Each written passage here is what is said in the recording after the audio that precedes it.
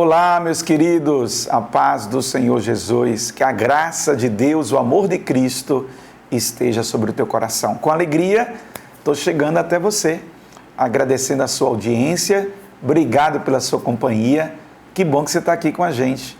É o Palavra de Sabedoria. O seu devocional é o momento que nós temos aqui para compartilhar, para estarmos juntos, dividindo esse espaço para falar das coisas de Deus, da palavra de Deus. E muito obrigado a você que me dá a atenção, me dá aqui esse momento do teu tempo para poder compartilhar conosco também, tá? Que Deus em Cristo te abençoe ricamente, esteja sobre ti, sobre tua casa, sobre a tua família, em nome de Jesus. Nós oramos muito pelas famílias, porque entendemos que de fato a família é a célula máter da sociedade. E se a família estiver estruturada, a sociedade estará bem estruturada. Se a família não estiver bem abalizada, fundamentada, equilibrada, se a família não estiver com saúde, isso vai reverberar, isso vai ecoar dentro da nossa vivência enquanto sociedade.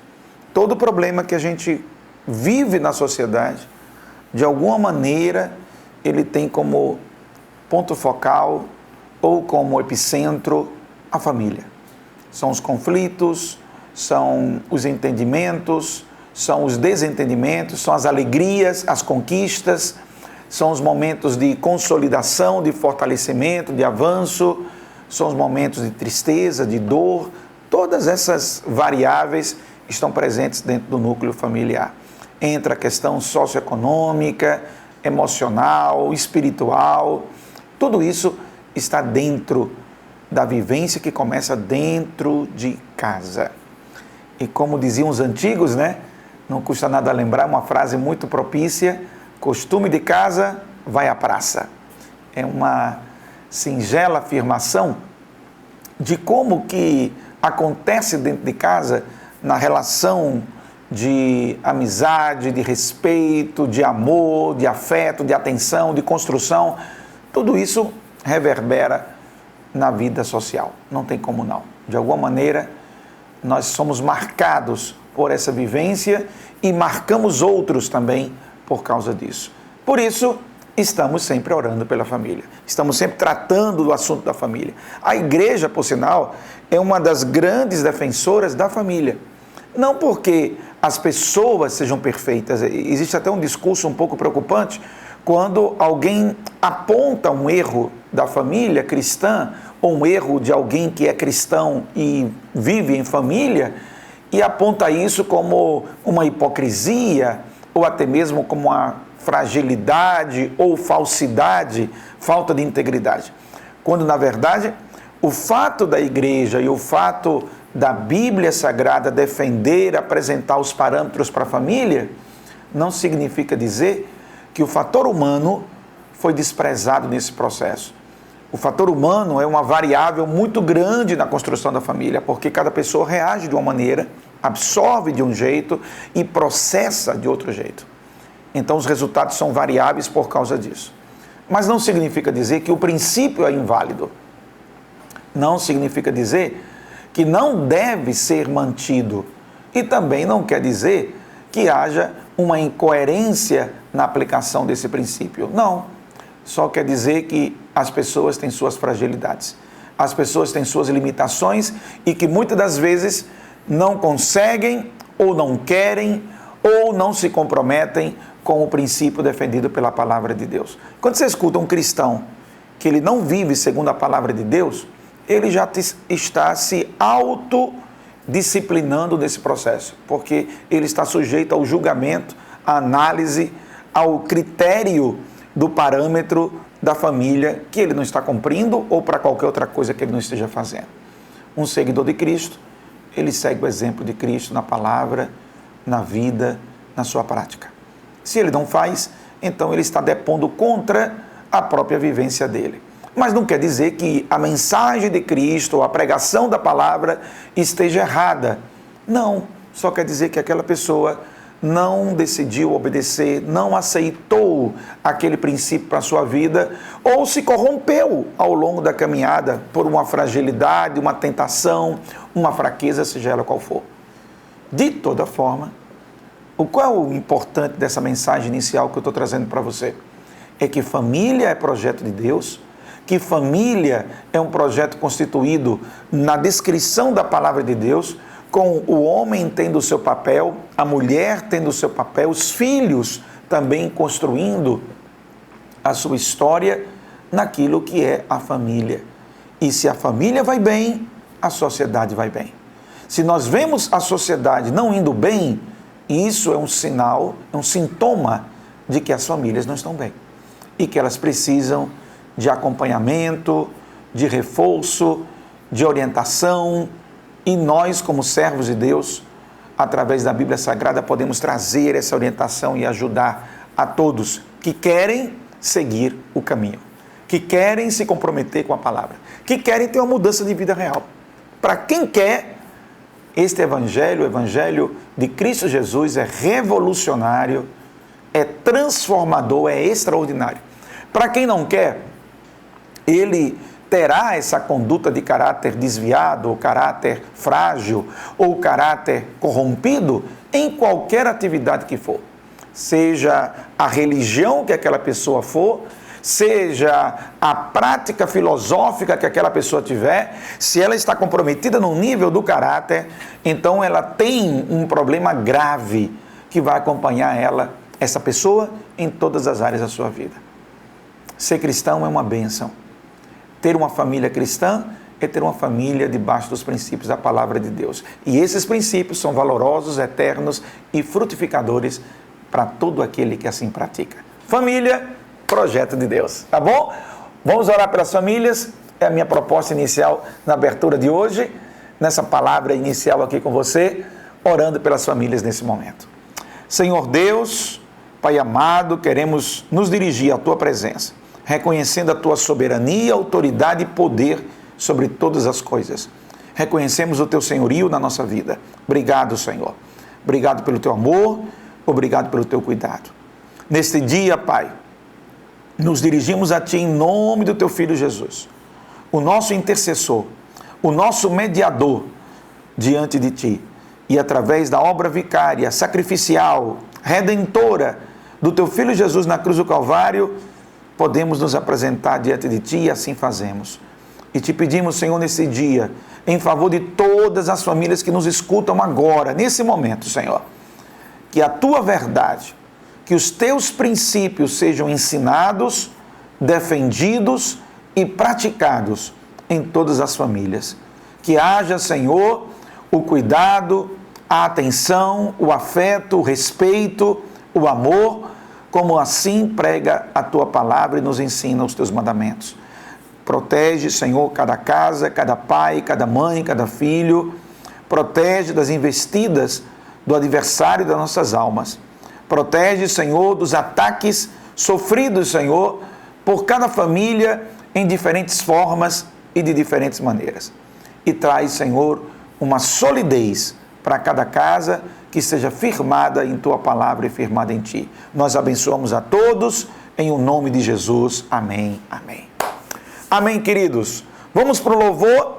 Depois do louvor, nós voltaremos já com uma ministração muito especial para você. Olha, hoje eu estou trazendo a ministração sobre o poder do congregar. Gente, alegrei-me quando me disseram, disse o salmista, vamos à casa do Senhor. E eu quero falar um pouquinho sobre isso com você hoje, tá bom? Eu vou trazer uma ministração que fizemos lá na nossa igreja, compartilhando aqui esse tempo com você, e eu quero que essa mensagem te alcance de alguma maneira. O poder do congregar. Como é forte o ato do congregar. Aí eu vou falar de 3 eixos. Vou falar da adoração. O congregar é um momento de promoção de uma adoração coletiva que nós fazemos ao nome de Deus. É o objeto central da igreja, é a reunião para o desenvolvimento da sua espiritualidade, e essa espiritualidade bíblica e cristã, ela é focada na adoração a Deus. A gente canaliza toda a nossa devoção para o Senhor Deus Todo-Poderoso, né? É um Deus que nós cremos que Ele é trino, Deus Pai, Deus Filho e Deus Espírito Santo, é um Deus subsistente em 3 pessoas, um único Deus, uma única essência e que através da manifestação do Pai, do Filho e do Espírito Santo, nós conhecemos um pouquinho dessa manifestação pessoal do nosso Deus. Então, nossa adoração é dirigida ao nosso Deus, a Ele Todo-Poderoso. Esse é o objeto central dos nossos cultos, das nossas reuniões. A gente tem muito disso, adoração a Deus. A gente não adora a outras pessoas, não adora a outros deuses, não temos esse tipo de postura. Não existe isso. Você muitas vezes pode ter um respeito, uma admiração por um pastor, por um líder, por um pregador, por alguém de proeminência, tanto na sociedade como na igreja. Mas o elemento adoração é diferente. Admirar, entendeu? Ter uma certa atenção, respeito, faz parte da construção social. Adoração é um ato único para Deus. É assim que nós cremos. Nós somos monoteístas. Nós cremos unicamente em um único Deus. Então, é assim que a gente crê. Essa é a nossa fé. Então, a coletividade, ela se reúne na comunidade da igreja, a eclésia, para adorar a Deus. É o primeiro ponto que eu vou tratar nessa ministração. Você vai ver lá, tá? Segundo ponto que eu vou tratar, comunhão. Essa construção dessa comunhão. Como é importante a interligação, a conexão. O isolamento é extremamente prejudicial. É a comunhão que é fortalecedora. Falamos sobre isso também. E a terceira coisa, serviço. Deus nos reunimos como igreja para servir. Servimos nas missões, servimos no evangelismo, servimos nos estudos bíblicos, servimos na assistência que damos uns aos outros, no apoio social, no apoio das necessidades, nas orações. Aí são os serviços que a igreja promove.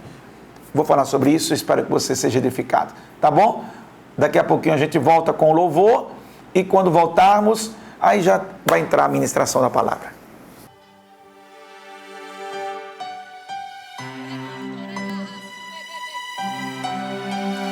Que através da nossa adoração nessa tarde, toda a oposição do inferno caia por terra, todo levante do inimigo, toda armadilha que foi preparada, toda palavra ao contrário, seja cancelada agora. Quando eu olho para os meus projetos, eu confesso, fica tão difícil acreditar.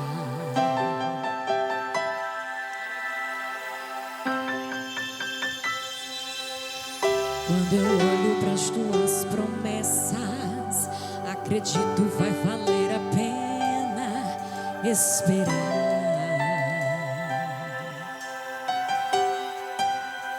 Pois eu sirvo um Deus que é tão grande, em apenas um instante faz o impossível se materializar. O meu Deus não faz pela metade, não vou viver uma parte por completo Ele. Agora enche o peito e canta.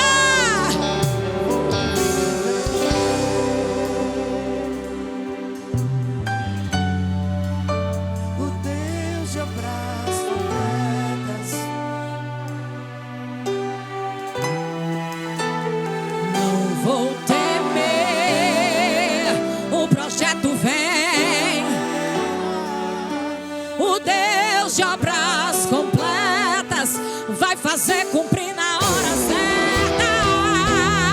Deixa eu ver se tem crente esperando na promessa ainda, crendo ainda que Ele chama a existência o que não existe para realizar o impossível na tua vida. Pois eu sirvo um Deus que é tão grande, em apenas um instante faz o impossível materializar. O meu Deus não faz pela metade, não. Não vou viver uma parte por completo. Ele fará. Eu vou viver a totalidade da promessa. O Deus de obras completas fazer cumprir na hora certa. Não vou temer, o projeto vem. Ele não errou quando te escolher. Vai fazer cumprir na hora certa. Declare! Eu sinto a graça de Deus aqui. Eu sei que por completo fará. Meu Deus não falha, não. Eu não vou duvidar. Eu sei que por completo fará. Meu Deus não falha, não. Eu não vou duvidar. Eu sei que por completo fará. Meu Deus não falha, não. Eu não vou duvidar. Eu sei que por completo fará.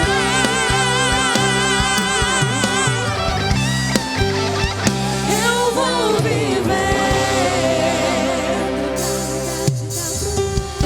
É tudo dizendo que não e Deus dizendo sim. Vai fazer cumprir na hora certa. Não vou temer, o projeto vem, nasceu do coração de Deus. Vai fazer cumprir na hora certa. Descansa. Eu não conheço um Deus de história inacabada. Eu não conheço um Deus que deixa nada pela metade. Ele é organizado. Remandalás. Que bênção, louvado seja o nome do Senhor. Meus irmãos, vamos abrir nossa Bíblia na carta aos Hebreus, que é o texto que nos dá nesta noite a oportunidade de refletir, de meditar acerca do poder do congregar. Esta é a palavra que tem ardido no meu coração durante essa semana, uma semana que a gente louva a Deus por tudo. Tivemos a abertura essa semana da nossa escola teológica, segunda-feira, aqui em Baraúna. Nós estamos com 48 alunos no curso básico de teologia e 24 alunos no curso médio. Quem pode dar glória a Deus por isso? Segunda-feira foi a aula inaugural. O pastor Fábio Henrique esteve aqui conosco, ali de Mossoró, ministrando a aula magna, que é a aula de abertura. E a partir de abril começam as aulas regulares, onde os nossos irmãos estarão estudando, fazendo o curso de teologia. É uma grande vitória para esta igreja. Já formamos uma turma pelo CETADEB, e estamos abrindo agora a segunda turma e avançando com o curso médio de teologia também. Obrigado a todos que têm demonstrado interesse em se aprofundar nesta palavra. Capítulo 10, versículo 25 em especial, é o tema central de hoje. A palavra Hebreus 10, 25 nos diz: não deixando a nossa congregação, como é de costume de alguns, antes admoestando-nos uns aos outros, e tanto mais quando vedes que se aproxima aquele dia. Quando esse texto bíblico saltou aos meus olhos esta semana, eu comecei a pensar um pouco mais de que maneira poderíamos transmitir para as pessoas, para a nossa membresia, para os irmãos, para todos que têm uma fé firmada em Cristo Jesus, sobre o poder do congregar. Como o ato de congregar é extremamente poderoso. E esta palavra de Hebreus é um reforço positivo exatamente desse conceito, exatamente dessa ideia. Hebreus, quando os irmãos estavam vivendo no contexto dessa carta, muitos deles estavam se afastando da fé por diferentes motivos. Alguns estavam desanimados, outros estavam sofrendo perseguições, principalmente naquela época em que havia uma perseguição muito grande ao cristianismo. Pelo simples fato de ser cristão, muitos foram perseguidos. Hoje no mundo, essa é uma realidade também. Nós temos uma realidade, por exemplo, no país do Iraque, que está com essa guerra agora entre Estados Unidos, Israel e o Iraque.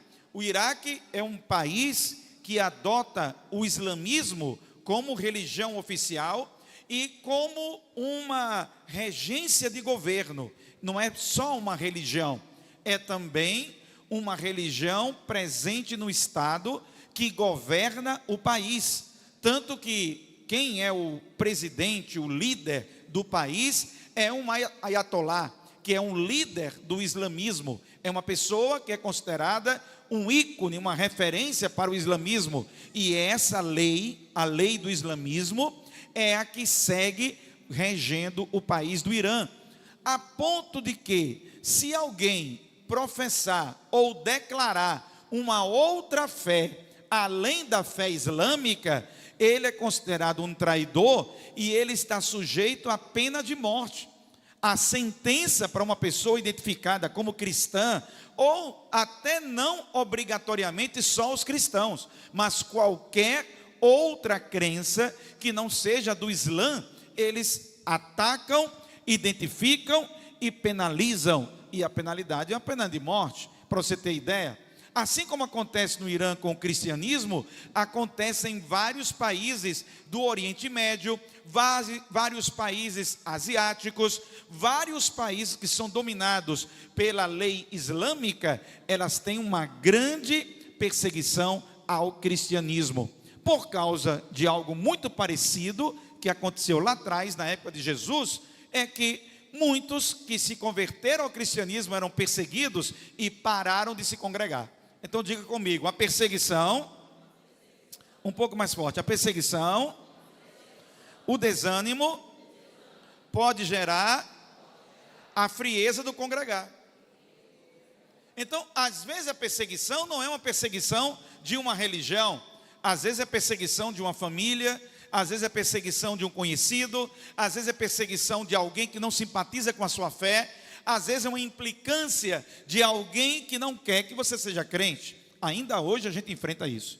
Por incrível que pareça, nesse século 21, nós temos gente que são maltratadas porque são cristãos. Ou seja, ou são cristãos evangélicos, ou são crentes, eles são repudiados, são ridicularizados, são desprezados e muitas vezes colocados de lado. Eles são discriminados pelo fato de serem cristãos. Ultimamente, nós temos visto no país, os irmãos têm visto isso também, essa polarização entre direita e esquerda. E devido a essa alta polarização, dois lados muito antagônicos, nós temos percebido que esta polarização também tem favorecido a um tipo de discriminação velada àquele cristão que se identifica como direita. Ou seja, se o cristão ele foi identificado como esquerda, está tudo bem, é alguém moderno, é alguém atual, é alguém que, não, gente boa, gente que pensa, gente maravilhosa. Se identifica ele como um cristão que é de direita, não, aí é alguém que é conservador, é alguém que é arbitrário, é alguém, começa a dar adjetivos de discriminação e de descrédito. E isso tem gerado em muitas oportunidades na universidade, em ambientes de trabalho, em ambientes de convivência social, tem gerado um tipo de perseguição velada. É aquele tipo de perseguição que não te impede de existir, não te impede de trabalhar, mas procura gerar algum tipo de impedimento, de boicote ao teu exercício da tua fé. Pela lei não pode impedir você de exercitar a sua fé e a sua crença, mas faz um tipo de discriminação que acaba sendo também um tipo de perseguição. E por que eu estou dizendo isso? Que esse tipo de situação, seja como for, por um viés ideológico, por um viés político, por um viés religioso, por um viés social, pode gerar um desânimo na fé de algumas pessoas. Tem gente que não consegue enfrentar uma perseguição. Tem gente que desanima na primeira desaprovação. Quando é desaprovado pelos amigos, desaprovado pelos vizinhos, desaprovado pela família, em alguma questão da sua fé, acaba desanimando. Muito bem. Por motivos diferentes, lá na época dos hebreus, eles passaram por perseguições que estava fazendo com que os irmãos desanimassem. E que esses irmãos, ao desanimarem, não estavam congregando. Por isso, o apóstolo está escrevendo e exortando os irmãos. Irmãos, não abandonem a congregação. Não deixe de congregar, como é o costume de alguns. Ele está se referindo que era uma prática já adotada por algumas pessoas. Algumas pessoas, nas provas e lutas que passavam, eles deixavam de se congregar. E ele diz, olha o texto: não deixando vossa congregação, como é costume de alguns, antes fazendo o quê? O que ele diz? No lugar de deixar a congregação, o que você tem que fazer? O que ele tem que fazer? Está aqui no versículo bíblico, está aqui no texto sagrado. O que você tem que fazer? Admoestar uns aos outros. Nós temos que dar uma palavra uns para os outros. Quem é espiritual tem que tratar com mansidão o mais fraco na fé. Você que tem uma maturidade maior, você tem que procurar ajudar aquele que é mais imaturo.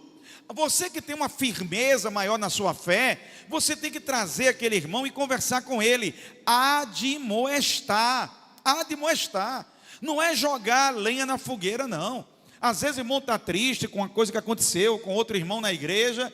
Aí, em vez de você ser um pacificador, em vez de você trazer uma palavra de vida, você acaba trazendo uma palavra que acrescenta mais ressentimento, acrescenta mais ódio, acrescenta mais intriga, acrescenta atrito. Não é esta a recomendação bíblica. Em vez de abandonar a congregação, vamos admoestar uns aos outros com amor, seguindo a palavra do Senhor. Aleluia!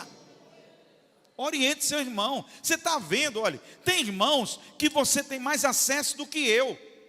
Eu mesmo, como vosso pastor, mesmo eu querendo, eu não consigo estar presente na vida de vocês 24 horas e o tempo todo, não. Eu estou presente em momentos específicos. Eu estou presente em momentos pontuais.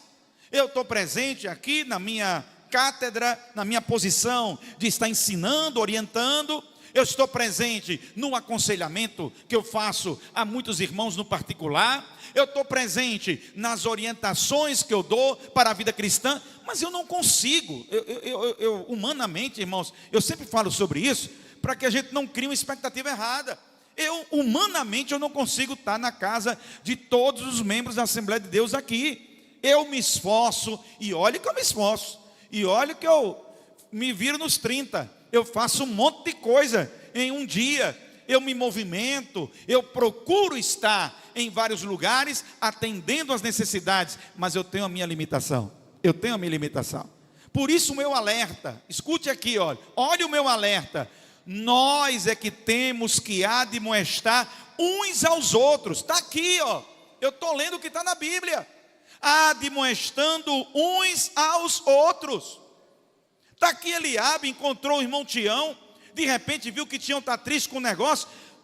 O Eliabe tem que ser um instrumento de Deus, amém? Amém, irmãos? Eliabe tem que ser um instrumento de Deus. Tem que chegar, Tião, deixa eu ouvir, o que foi que houve? O que foi que aconteceu? Por que você está se sentindo assim? Por que você está desse jeito? Por que você está falando isso? Não, olha, tenha calma, vamos orar aqui um pouquinho, deixa eu orar com você, deixa eu te ajudar, amém? É assim que tem que ser, amém? Irmão Tião, vamos ver aqui na Bíblia, vou te mostrar aqui, olha, a Bíblia está mandando a gente fazer isso aqui, a palavra de Deus está nos ensinando para a gente agir dessa maneira aqui, vamos agir dessa maneira?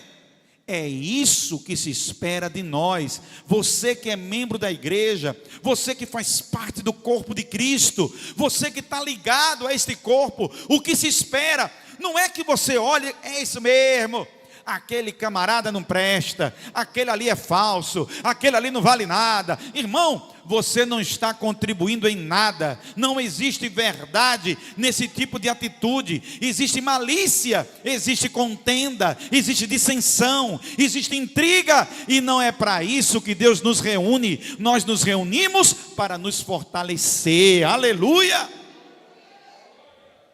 Irmão, já tem muita gente para derrubar, não vamos ser mais um não, amém, irmãos, amém? Já tem muita gente para derrubar as pessoas.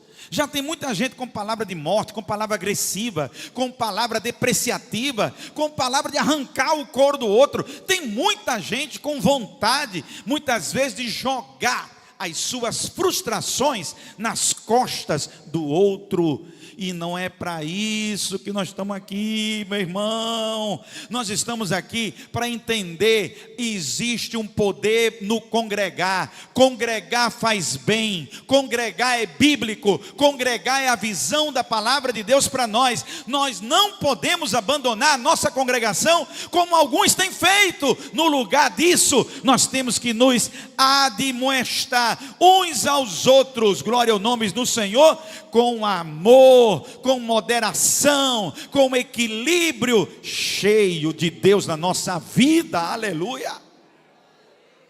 Eu vou dizer uma coisa muito importante para a sua vida hoje. Quando Deus coloca alguém que está passando alguma situação difícil perto de você, é para você ajudar, amém?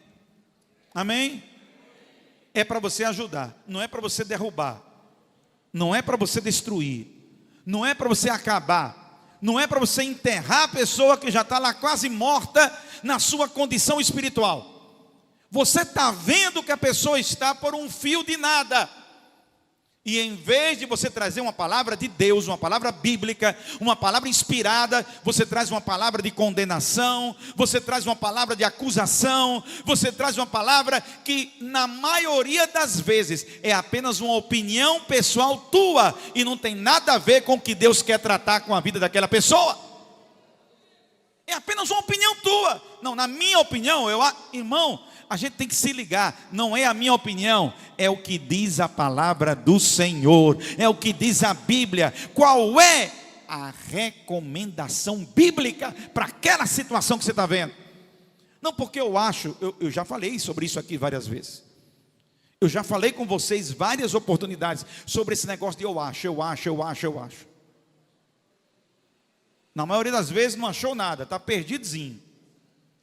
Na maioria das vezes está tonto, está desnorteado. Esse negócio de dizer eu acho, não achou nada, não achou coisa nenhuma. Está perdido, está confuso e transmite essa confusão no teu espírito para o outro espírito, para outra pessoa. Nós temos que nos ligar. As pessoas estavam enfrentando problemas no congregar e alguns estavam deixando de congregar. E motivo para não congregar sempre vai aparecer. Sempre vai aparecer alguém que vai ferir você, vai decepcionar você. Sempre vai ter alguém que você não vai gostar. Sempre vai ter alguém que você não bate muito com aquela pessoa. Sempre vai ter uma ideia que você não concorda 100%. Irmão, sempre vai ter uma ideia que você não concorda 100%. Eu sou casado com Gemima há 27 anos, gente. É minha mulher, o amor da minha vida. É a minha parceira. Eu estou com ela 27 anos de casado, 5 anos de namoro e noivado. Vai 32 anos. Eu convivo com Gemima há 32 anos. Minha mulher, o meu amor. Mas tem coisa que eu não concordo. E tem coisa que ela não concorda. E é minha mulher. É a minha esposa. É o amor da minha vida. Vocês estão entendendo o que eu estou querendo dizer? Eu não vou deixar minha mulher agora por causa disso. Porque eu não concordei com um negócio aqui, que eu não concordei com um negócio lá. Por quê? Porque no essencial, no que é importante, no que vale a pena, no que é fundamental, nós concordamos em gênero, número e grau. Aleluia! Por que eu estou dizendo isso para vocês? É a mesma coisa na igreja. Não gostei. Essa cor que o pastor pintou a igreja, eu não aprovo. Estou achando que está muito feio. Está muito horroroso. Pois não, irmão, eu lamento que você não gostou, mas já investiu essa cor, não tem como a gente pintar outra cor agora. É essa cor que está aí, irmão. Eu não venho mais para o culto por causa disso. Eu não vou mais para a igreja por causa disso. Eu não participo mais por causa disso. Eu não ajudo mais por causa disso. Irmão, em nome do Senhor Jesus, vamos nos admoestar com amor uns aos outros para entender. Podemos ter alguma coisa aqui, ali que você não concorda, mas no essencial nós estamos juntos. No essencial nós estamos na mesma fé, no mesmo amor, no mesmo princípio. Único Deus, único Senhor, única palavra, a palavra de Deus, aleluia. A gente tem que entender que se eu não compreendo isso, eu não vou conseguir me congregar em lugar nenhum. Em todo lugar que eu vou carregar os problemas que estão dentro de mim. Eu vou carregar as questões que eu não resolvi. Eu vou carregar as mazelas que estão dentro da minha alma. Eu vou levar para onde eu for. Eu posso mudar de congregação, posso mudar de igreja. Eu vou ficar igual um macaco pulando de galho em galho. E tem um dia que o galho quebra. E aí daqui a pouco eu estou com a minha fé destroçada. Eu estou dizendo, não creio mais em nada. Eu não creio mais na igreja. Eu não creio mais na pessoa. Eu não creio mais em Jesus. Para mim pastor nenhum presta. Para mim igreja nenhuma presta. Irmão, é claro que isso está errado na sua cabeça. É claro que você está indo por uma linha equivocada. Você está pegando a dor. Você está pegando a frustração e tornando um guia na sua vida. Dor e frustração nunca deve ser o guia da sua vida. O guia da sua vida tem que ser a palavra do Senhor. Lâmpada para os meus pés e luz para o meu caminho é a tua palavra. Aleluia. É porque eu não estou me sentindo bem. Diga comigo, dá. Diga, dá e passa. Não é sentir, irmão. Nunca teve a ver com sentir. Tem a ver com crer. Crer. Eu creio em Deus. Eu creio na palavra. Eu creio em Jesus. Eu creio na obra salvadora. Eu creio na importância de congregar. Na importância de estarmos juntos. Na importância porque foi Deus que criou a ideia da igreja. Quem criou esta ideia foi o Senhor, mandando todos se reunirem, todos se reúnam. Foi Ele, Deus, que criou a ideia de ter um pastor, um guia, um orientador. Foi Ele que criou a ideia dos diáconos, dos presbíteros. Foi Ele que criou essa ideia para que todos pudessem servir ao corpo. E como igreja, a gente possa caminhar até chegar no céu. Aleluia.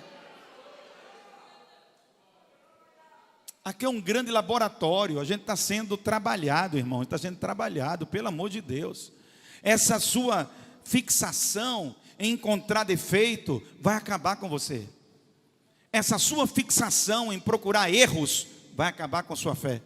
Essa sua fixação em procurar mazela vai trazer a mazela para dentro de você. E você não pode ser assim. Por quê? Porque o Senhor desta obra é o Senhor Todo-Poderoso. O maior zeloso pela igreja é o Senhor Deus Todo-Poderoso. Aleluia! Ele tem os mecanismos de purificação da igreja. Ele tem as maneiras de confrontar o que está errado. Ele levanta profeta. Ele levanta ensinadores. Ele levanta discernimento do Espírito. Ele levanta revelações. Ele levanta diferentes formas da igreja identificar aquilo que não está bem e poder ser exortada para ser curada, restaurada e servir ao Senhor na sua plenitude. Aleluia! Então a carta aos Hebreus é sobre isso. Não abandone a congregação. Estão me perseguindo? Não abandone. Não estão me apoiando? Não abandone. Não me deram oportunidade? Não abandone. Não me reconheceram? Não abandone. O que você faz? Admoestai-vos uns aos outros. Quantas das vezes eu, como pastor, tenho recebido irmãos aqui, pastor, aquele irmão ali tem uma chamada para tal área, vamos dar uma oportunidade para ele trabalhar? Disse, vamos, irmão. Muitas vezes eu não consigo ver. Eu não consigo nem saber. Mas admoestando uns aos outros, um vem e me diz, aquele tem um talento tal, aquele tem uma vocação tal, aquele tem um chamado tal. E aí a gente começa a observar, começa a ver o fruto, começa a ver como a pessoa está desenvolvendo esse fruto e começa a ajudar para que a pessoa possa servir com alegria na casa do Senhor. Aleluia! Há um poder no congregar. Diga, existe poder no congregar. Diga, existe poder no congregar. O primeiro poder desse congregar, primeira coisa, é o poder da adoração coletiva. A adoração, João capítulo 4, versículo 23, diz que Deus está interessado em que os verdadeiros adoradores o adorem em espírito e em... Diga, é interesse de Deus. Diga, interesse de Deus. Deus tem interesse que as pessoas o adorem. A adoração é um ato de devoção. A adoração é um ato de quebrantamento. A adoração é um ato de humildade. Eu reconheço a divindade de Deus. A adoração é algo que você presta à divindade. Não é a qualquer pessoa. Qualquer pessoa não pode ser adorada. Muitas vezes a gente diz carinhosamente com alguém: eu adoro fulano. Mas não é no sentido da adoração de veneração. Ou seja, não é nesse aspecto, no aspecto de gostar. Ou eu adoro cuscuz. A pessoa diz: eu adoro cuscuz. Ele está dizendo, porque o português tem muitas aplicações para uma mesma palavra. Então, nesse sentido, ele está dizendo: eu gosto do cuscuz, eu gosto de comer cuscuz, eu gosto daquele prato de comida. Não é nesse sentido.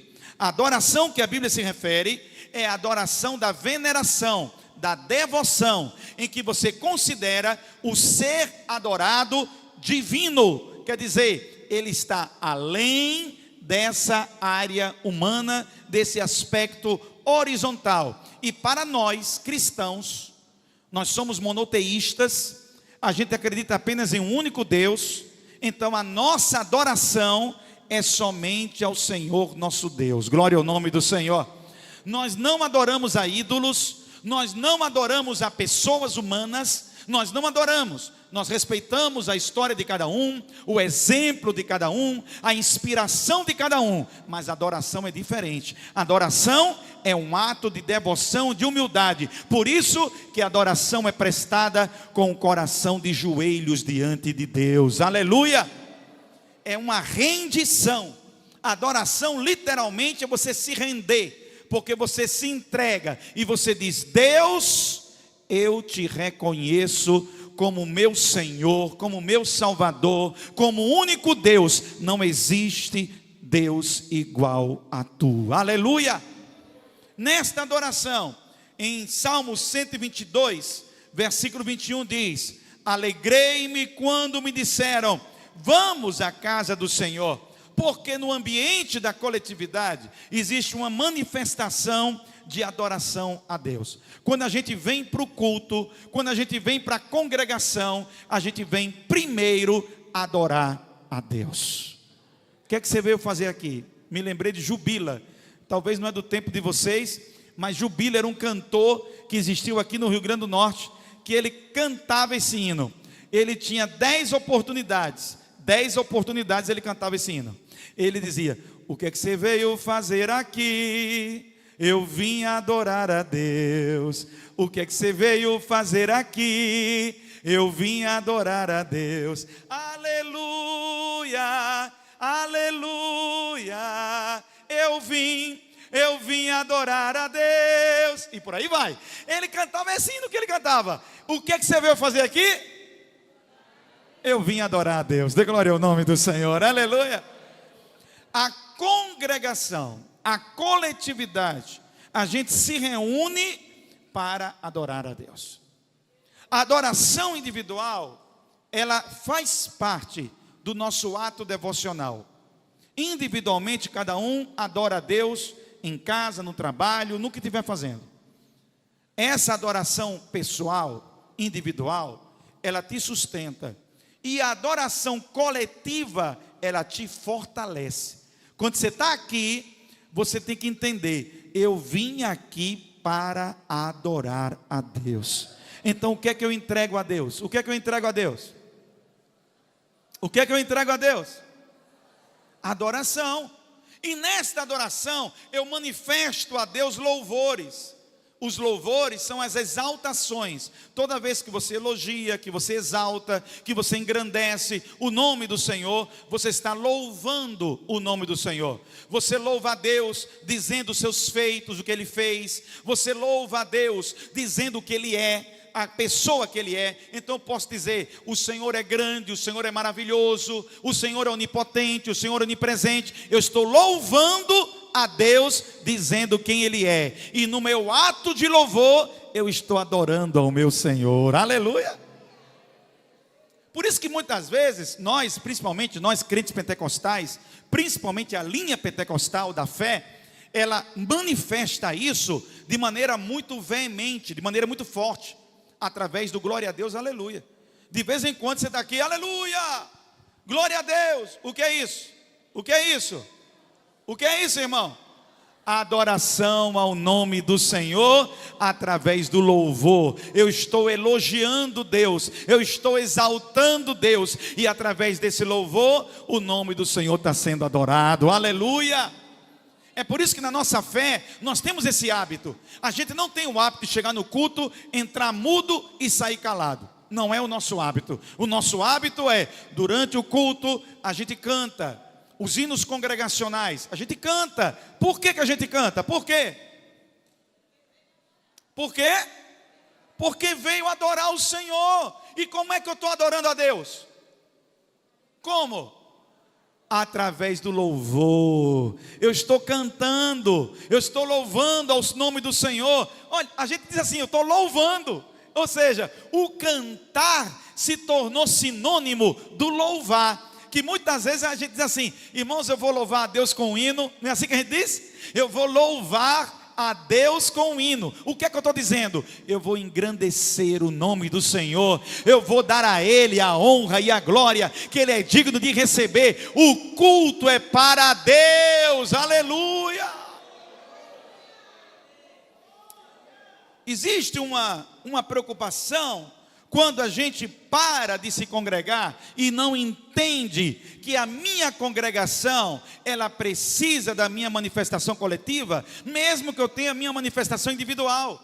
Mesmo que Deus individualmente me veja e aceite o louvor que eu estou prestando, mas é a orientação dEle que a gente se reúna para engrandecer o nome dEle nesta terra. Porque individualmente você se sustenta, coletivamente você se fortalece. Aleluia! Quem já não chegou num culto aqui um pouco abatido? Quem já não chegou? Quem é aquele que não veio para um culto com muitos problemas na cabeça, pensando em tanta coisa, e aí o irmão começa a louvar a Deus, outro irmão começa a dar um aleluia, um outro faz uma oração, um outro traz uma palavra, um outro declama a Bíblia Sagrada para nós, e nesses momentos o nosso coração vai sendo fortalecido, aleluia.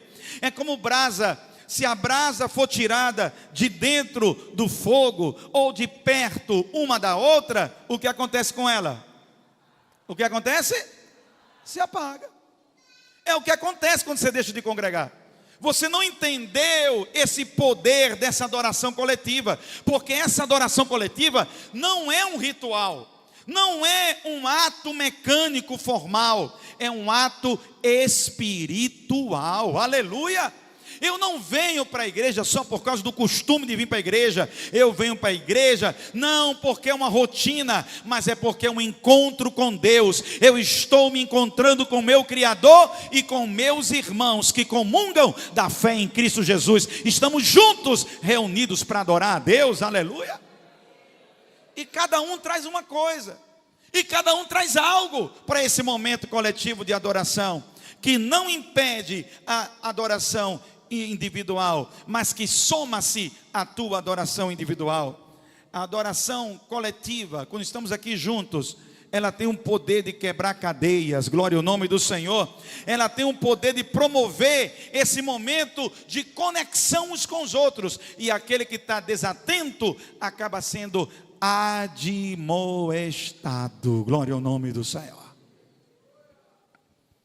Por que o inimigo muitas vezes quer nos entristecer em relação a isso? Por que o inimigo quer que muitas vezes a gente não venha, não congregue? Por quê? Pare para pensar um pouco sobre isso. Por que é que existe uma intenção espiritual contrária ao ato do congregar? Por que é que muitos deixaram que o hábito de vir à igreja se tornasse apenas para dia de festa? Apenas para dias especiais, um casamento, um momento da apresentação de uma criança, um momento de uma santa ceia. Por que é que muita gente perdeu o hábito de congregar e não percebe que isso está enfraquecendo ele espiritualmente? E não percebe que isso é como é que eu vou dizer? É como se fosse uma ferrugem que vai comendo a estrutura daquele metal, e daqui a pouco ele não tem mais consistência, não suporta nada, não aguenta uma prova, não aguenta uma crítica. Aliás, é um bom termômetro para você ver como é que você está espiritualmente. Se você ainda se incomoda muito com as críticas, é um sinal que você ainda está muito vivo. O ego ainda está muito vivo. O carnal ainda está muito vivo. Quanto mais morto, abatido estiver o nosso ego, a nossa carnalidade, menos a gente dá atenção a essas coisas. Menos a gente dá atenção ao que os outros estão dizendo ou deixando de dizer. A gente fica muito preocupado, é o que Deus tem para dizer sobre cada um de nós. Aleluia! Por quê, pastor? Diga comigo. Porque quando estamos mortos, quando estamos mortos, não sentimos. A nossa carnalidade viva, ela se sente com tudo, mas o nosso espírito vivo, ele nos traz uma interpretação diferente para cada coisa, e a gente consegue enfrentar, a gente consegue vencer aquele momento difícil, complexo de adversidade que muitas vezes vem sobre nós e nas relações humanas que a gente vive, que não estamos isentos disso. Por isso, irmãos, poder da nossa congregação, o poder de congregar, diga comigo, primeiro, adoração. O que é que você veio fazer aqui? Adorar a Deus.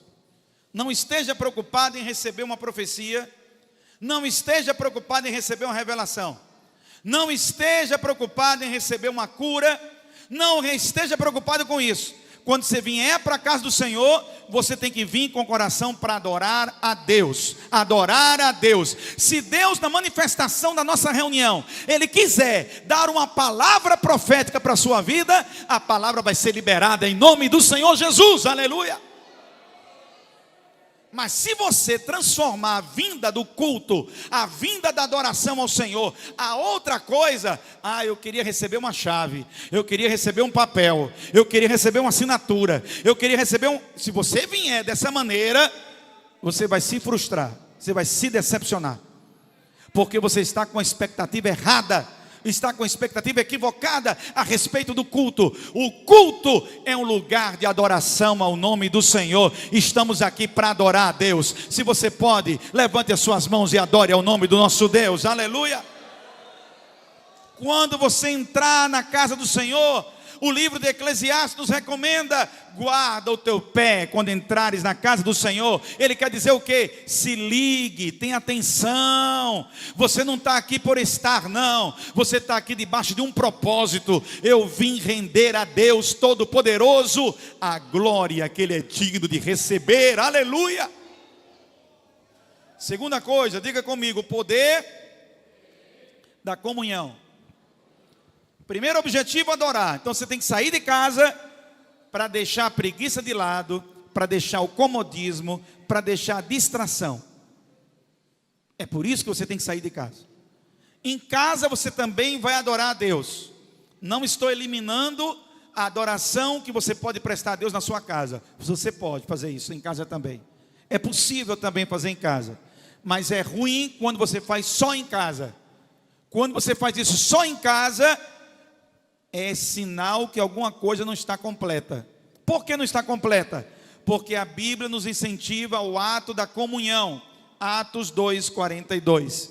E perseveravam na doutrina dos apóstolos, na comunhão, no partir do pão e nas orações. A atividade da igreja, ela olha para nós e nos estimula a prática da comunhão. Não a prática do individualismo, mas a prática da comunhão. A igreja, enquanto eclésia, é a reunião de pessoas. Então, para ter uma reunião de pessoas, é necessário ter pessoas. Você não pode ter uma reunião de pessoas só você. Não existe essa reunião, eu comigo mesmo. Não é uma reunião. A reunião é o agrupamento de pessoas. Então, isso envolve gente, envolve pessoas. Na igreja, nós temos a oportunidade de exercer a comunhão. Diga comigo, é aqui. Eita, agora é pesado. Diga, é aqui que um irmão afia o outro, como o ferro afia o ferro. É aqui que Deus vai trabalhar nas tuas arestas. Diga, misericórdia. É por isso que às vezes é confrontador, às vezes é desconfortável. Porque há um modernismo muito preocupante ultimamente, em que muita gente se preocupa muito em vir para a igreja para receber. Eu vou para a igreja para receber, eu quero receber, eu quero receber. Irmãos, a igreja é um local de adoração ao nome do Senhor, é um local de comunhão, e nesse local de comunhão, nós somos afiados, trabalhados, nós somos limados nas nossas arestas pelo Espírito Santo de Deus. É aqui que Deus vai colocar você numa situação para você aprender alguma coisa que precisa ser aprendida na sua vida. Não é uma coisa que simplesmente eu ache, é o que o Espírito Santo de Deus quer fazer. A igreja primitiva, irmãos, ela crescia porque ela vivia em comunhão, ela compartilhava a vida. Isso é tão saudável, quando a gente pode contar com amigos e irmãos. E eu recomendo, cultive, alimente os seus amigos na casa do Senhor. Alimente as pessoas que você vai criar proximidade. Pastor, mas eu não sou próximo de todo mundo. Claro que não é isso que eu estou dizendo, não. Você não tem que ser inimigo das pessoas, mas é claro que algumas pessoas você será mais próximo do que outras, isso é normal. Algumas pessoas você vai ter mais afinidade do que outras, e isso também é normal. O que não pode é você alimentar ódio, rancor, ressentimento, partidarismo, sectarismo, inveja, competição. Isso é que não pode, porque isso boicota a comunhão, e se boicota a comunhão, não é projeto de Deus. O projeto de Deus é que andemos em comunhão, aleluia.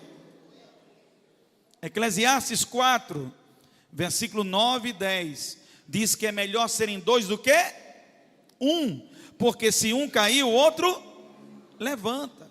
Irmãos, olhem para cá, a cooperação sempre será melhor do que a competição, amém? Vamos dizer juntos? A cooperação, bem forte, a cooperação sempre será melhor do que a competição. Nós não temos que alimentar um espírito de competição e medição de forças uns com os outros. Se eu posso cooperar com você, será muito melhor para você, para a obra de Deus, para o corpo de Cristo e para o nome do Senhor nessa terra, que a gente se ajude uns aos outros. Ó quão bom, Salmo 133, ó quão bom e quão suave é que os irmãos vivam em união. Essa comunhão, ela vai dar o cuidado que nós temos que ter um com o outro. É o cuidado, às vezes, necessidades materiais. Às vezes você está sabendo de algum irmão que está tendo uma necessidade que o outro não está sabendo. Então vamos lá, vamos se juntar, vamos ajudar. Quantas vezes isso não aconteceu aqui entre nós? Quantas vezes a gente se reuniu, 3, 4, 5 irmãos, e ajudou um outro que estava precisando? Quantas das vezes isso não tem acontecido aqui? E eu glorifico a Deus por isso. Obrigado, Senhor, porque eu tenho percebido essa sensibilidade. Às vezes, irmão Pifitinha, bota lá no grupo: estou precisando aqui de uma cesta para dar para uma família. Não precisa nem dizer o nome, mas ele sabe quem é. E às vezes, em questão de 10, 15 minutos, já está resolvido para a glória do nome do Senhor, aleluia. Fora isso, sistematicamente temos ajudado também. Então, nós temos que entender: igreja primitiva trabalhava debaixo de comunhão. Igreja primitiva trabalhava na conexão espiritual e no compromisso relacional. O que me preocupa como pastor é que a igreja moderna, ela tem perdido parte da comunhão, trocando pela busca da autossatisfação. Em nome da autossatisfação, muita gente não tem validado e nem dado importância à comunhão. Eu não quero ser incomodado. Autossatisfação é aquilo que me dá satisfação. Então, se eu for incomodado, se alguma coisa não tiver 100% como eu quero, eu boto assim o dedinho, lembra como era antigamente? Corta aqui, estou de mal, não brinco mais. É como a história do dono da bola. Lembra da história do dono da bola? O camarada ia para a quadra para jogar e era o dono da bola. Aí quando era contrariado, alguma coisa não saiu como ele queria, ele pegava e dizia, bom, a bola é minha, botava debaixo do braço, ia-se embora, acabou o jogo, não tinha mais nada. É mais ou menos assim. A busca da autossatisfação tem levado muitas pessoas a um olhar individualista, a um olhar muito fechado em si mesmo, onde eu não aceito ser contrariado, eu não aceito passar por situações desconfortáveis, eu não aceito passar por uma situação que não esteja 100% como eu quero. E eu vou dizer para você, irmão, vai ser muito difícil uma situação que esteja 100% como você quer, porque nós somos seres tão diferentes, tão complexos, com tantas particularidades, que nós temos que deixar uma vaguinha para essas diferenças se encaixarem, porque senão a gente não vai se dar bem com ninguém, a gente não vai conseguir conviver com ninguém, a gente vai viver isolado, e isolado não é o projeto da comunhão. Nós temos que ter comunhão. Inclusive a carta de João confronta a gente e diz, como é que você diz que ama a Deus e odeia ao seu irmão? Como é que você abre a boca e diz, eu amo ao Senhor, e você repudia o seu irmão? Não pode fazer, há uma incoerência nisso. Quem ama ao Senhor também vai desfrutar do amor do Senhor para com seus irmãos, aleluia. Sabe quem mais precisa de amor aqui na igreja? Sabe quem mais precisa de amor aqui na igreja? Sabe quem?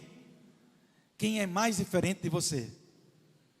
Aquela pessoa que você olha, é muito diferente de mim, eu não concordo com o jeito dessa pessoa, eu não engulo. Essa pessoa está precisando mais do seu amor, ela é carente do seu amor. É essa pessoa que precisa ser alcançada pelo amor, porque se for por outro viés, você não se conecta, porque você vai trazer a sua justificativa, a sua razão, o seu jeito, e você vai travar. Mas se você colocar o amor é o vínculo da perfeição, aleluia. O amor pega aquele que é imperfeito e dá um banho, glória ao nome do Senhor, desse amor sobre a vida dele, que você não vê mais ele como defeito, você vê ele como um ser amado por Deus, e que Deus colocou esse amor no seu coração também, aleluia. E eu recomendo, se você tem dificuldade com alguém no relacionamento, peça para Deus tirar essa trava do seu coração. Senhor, tira isso do meu coração, Senhor. Eu não quero estar andando com isso não, porque é muito ruim, é muito pesado, é um fardo muito pesado você levar isso. Peça para Deus colocar amor no seu coração, porque esta pessoa está precisando do seu amor. Parte desta comunhão que muitos não têm tido, tem sido exatamente porque perderam o amor e foram para atitudes individualistas. Não pensam como igreja, pensam apenas como seres individuais. Não pensam no que é bom para todos, pensam apenas no que é bom para si. E com essa busca desenfreada de autossatisfação, perdem uma das características grandes do cristianismo, que é a marca do amor. O cristianismo é conhecido pelo amor, o amor de Deus, o amor ao próximo e o amor a você, enquanto ser humano querido por Deus, aleluia. Parte da comunhão perdida, irmãos, tem sido por causa de um aumento da intolerância social. O pavio tem sido muito curto entre as pessoas. As pessoas hoje discutem por muitas coisas que não valem a pena, mas não vale a pena mesmo. Quantas discussões foram transformadas em guerras, em brigas homéricas, transformadas em rivalidades crônicas, em discussões que começaram na internet. Quantas vezes postagens têm se transformado em armas para agredir uns aos outros? Quantas das vezes a internet se tornou um campo de lei, ou desculpe, sem lei, aonde cada um diz o que quer, com quem muito menos conhece direito, mas julga, prejulga, critica, condena, em nome de uma pretensa integridade, que quando você vai observar, muitas vezes não tem nada disso na sua vida particular, ou na sua prática diária. Essas intolerâncias sociais aumentaram muito nos últimos tempos. A nossa conexão na internet ela é mais ou menos parecida. Vou fazer um paralelo, uma comparação. É mais ou menos parecida com aquela pessoa que tem um cartão de crédito e começa a passar o cartão de crédito achando que nunca vai chegar a fatura. Quantas pessoas olham para o seu cartão de crédito e acrescentam o seu limite como sendo parte do seu salário? A pessoa ganha R$2.000 e tem mais 3.000 de cartão de crédito. Aí ele gasta todo mês R$5.000. Como é que ele pode gastar 5 se ele ganha 2? Há uma incoerência. E por que essa incoerência? Porque ele compra a ideia que o cartão de crédito faz parte do seu salário. É um crédito de um dinheiro que ele acha que tem, quando na verdade ele não tem. Ele está adquirindo uma dívida, ele está adquirindo algo para ter que pagar. E nisso muita gente se perde. Sim ou não, irmãos? É mais ou menos assim que as intolerâncias vão sendo cometidas. É mais ou menos assim quando a pessoa acha que o que está fazendo na internet, não, é só na internet, não tem nada a ver comigo. Eu no meu dia a dia eu sou de um jeito, mas na internet eu sou de outro jeito. Eu no dia a dia eu trato todo mundo legal, mas na internet eu solto o verbo, eu rasgo mesmo, não tenho medo de ninguém e eu falo o que eu quero. Quando na verdade é uma extensão de você. O que você está fazendo vai reverberar em você, vai cair de volta em você. E isso aumenta a intolerância das pessoas. Ninguém suporta nada do outro. Ninguém suporta uma crítica. Ninguém suporta uma palavra, seja ela qual for, no tom que for, que desagrade. Se desagradou, eu já estou pronto para a briga, já estou pronto para revidar, já estou pronto para atacar. E por causa disso, a comunhão, agora eu vou trazer para a igreja, a comunhão vai sendo transferida para a intolerância. A gente não suporta, e a Bíblia diz: suportai-vos uns aos outros.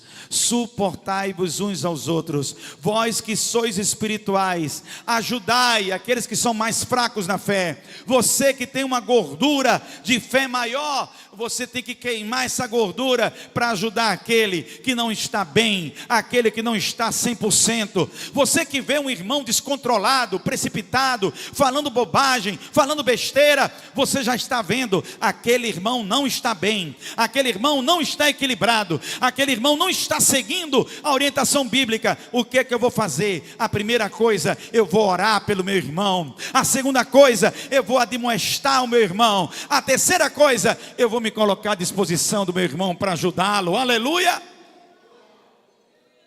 Pastor, e se ele não quiser conversar? Ore por ele. Tem muito irmão que não quer conversar. Um dia desse, o irmão veio falar comigo: pastor, o senhor falou com fulano de tal, está passando por um problema.